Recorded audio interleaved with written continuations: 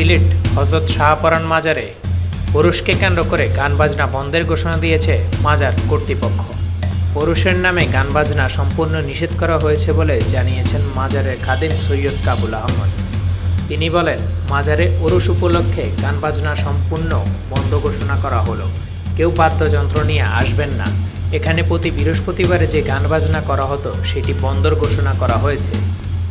জানা যায়, প্রতি বছর নিয়ম অনুযায়ী রবিউল আউয়াল মাসের 4, 5 ও 6 তারিখে 3 দিনব্যাপী ওরসের আয়োজন করে মাজার কর্তৃপক্ষ। কর্মসূচির মধ্যে প্রথম দিন কোরআনখানি, দোয়া ও জিকির এবং মিলাদ মাহফিল। দ্বিতীয় দিন গিলাফ ছড়ানো, গরু জবা, সারা রাত জিকির ও মিলাদ মাহফিল এবং ভোর 4টায় সূরা ফাতিহা পাঠ। শেষ দিন বাদ আসর আখেরি মুনাজাতের পর নেওয়াজ বিতরণ করা হয়।